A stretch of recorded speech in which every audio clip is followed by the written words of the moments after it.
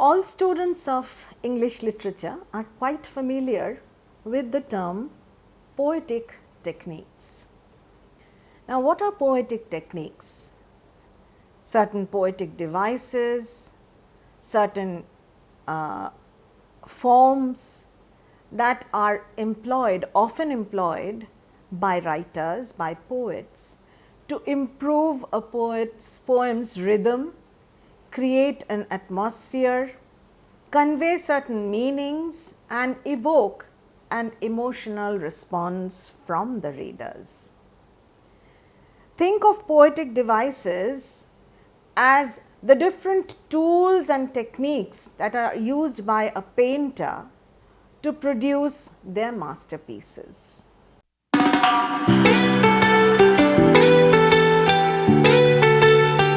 Good morning everyone.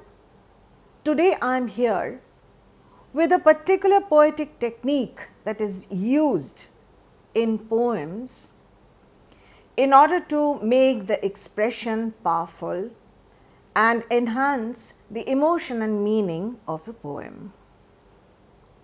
Enjambment.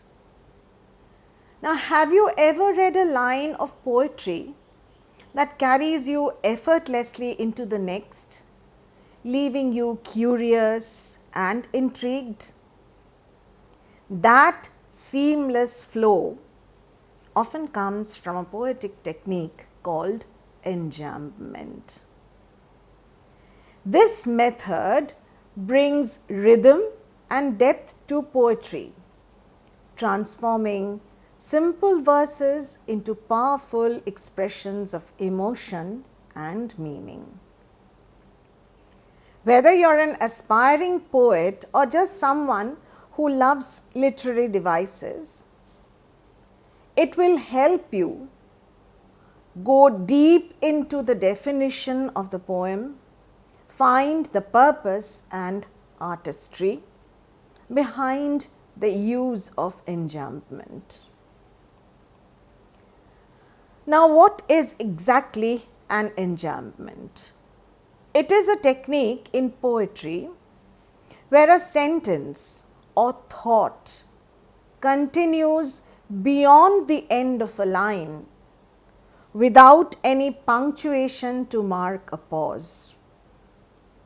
Instead of stopping at the line break, the idea flows naturally into the next line, creating a sense of connection and continuity. This method breaks away from the traditional punctuation rules and keeps readers engaged, encouraging them to move quickly from one line to the next. It's a tool that adds rhythm, builds anticipation, and evokes emotions that linger long after reading. Now, where does the word enjambment origin from? It has its roots in the French term enjambment, which means a striding over. And it also can be traced way back to the Latin verb jambere, meaning to step or to stride. Enjambment allows our thoughts and ideas to stride seamlessly from one line to the next, creating a dynamic and immersive reading experience. Now, what is the purpose that is served by enjambment in poetry? There are several key purposes that are served by this poetic technique. The first one, it helps in creating a continuity, ensuring ideas to flow smoothly between lines, keeping the momentum alive and pulling readers deep into the poem. Enjambment also helps in enhancing rhythm. How? By sidestepping traditional pauses. Enjambment helps in mirroring the natural rhythm of speech or emotions and adds a dynamic quality to the poem. It helps in building suspense. When a sentence is left unfinished at the end of a line, obviously the readers feel compelled to continue. Thereby, it heightens the curiosity and emotional engagement of the reader. Poets often use enjambment to emphasize specific words or phrases, layering their work with deeper meaning. Now let us see a few examples of enjambment in poetry.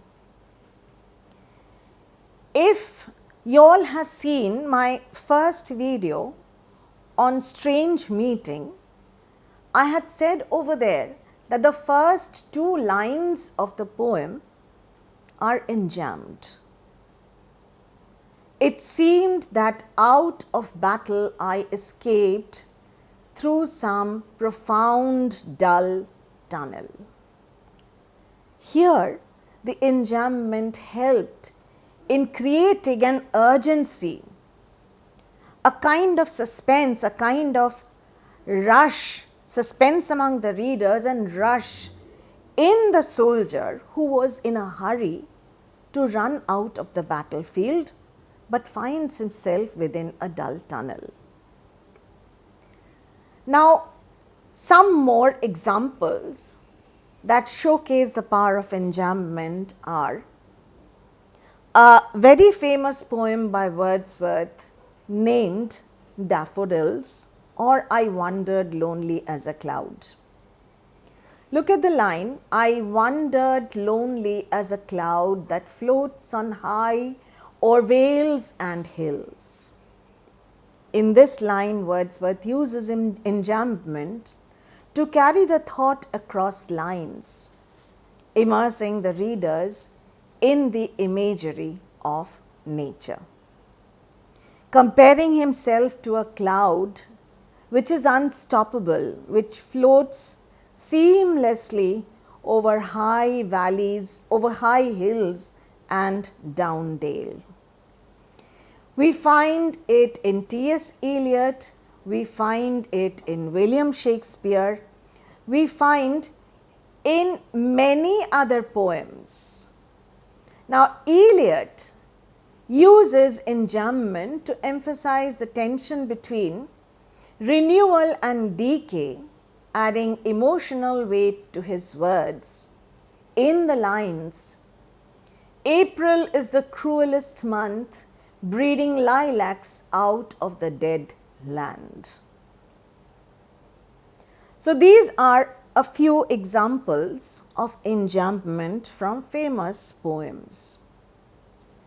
Now, we often know that poetic lines are end-stopped. What do we mean by end-stopped?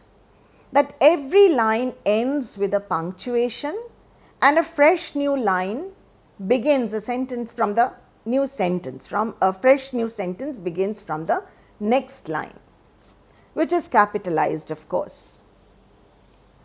Now, enjambment is a unique literary term which can be understood by a few related phrases. You will be able to understand the essence of an enjambment by these related phrases. Enjambments can also be called run-on lines. Why? Because they describe how thoughts extend beyond the end of a line. It is just the opposite of end-stopped lines. It is also named as a continuation, highlighting the uninterrupted flow of ideas. It is also called a flow, referring to the smooth transition between lines contributing to rhythm and pacing. These synonyms underline how enjambment functions and its role in creating impactful poetry. Enjambment is very commonly found in poems where it creates movement and urgency. Poets use it to connect ideas fluidly, blending rhythm with meaning. In prose, although less common, enjambment can be used to emphasize specific phrases or add tension in a narrative. Now, understanding enjambment definitely adds a new dimension to your appreciation of poetry and prose. This technique allows ideas to flow, create a rhythm and an emotional resonance. By noticing how enjambment shapes meanings and pacings, you will deepen your connection with the text and can gain fresh insights into the writer's artistry. Whether you yourself are a poet crafting your own verse or a reader exploring the classic works of other poets, recognizing and appreciating enjambment will definitely help in transforming your literary experience. Hope I have been able to make this literary technique, this poetic technique, clear to every one of you by giving you the examples and explaining the purpose that is served by enjambment in poetry.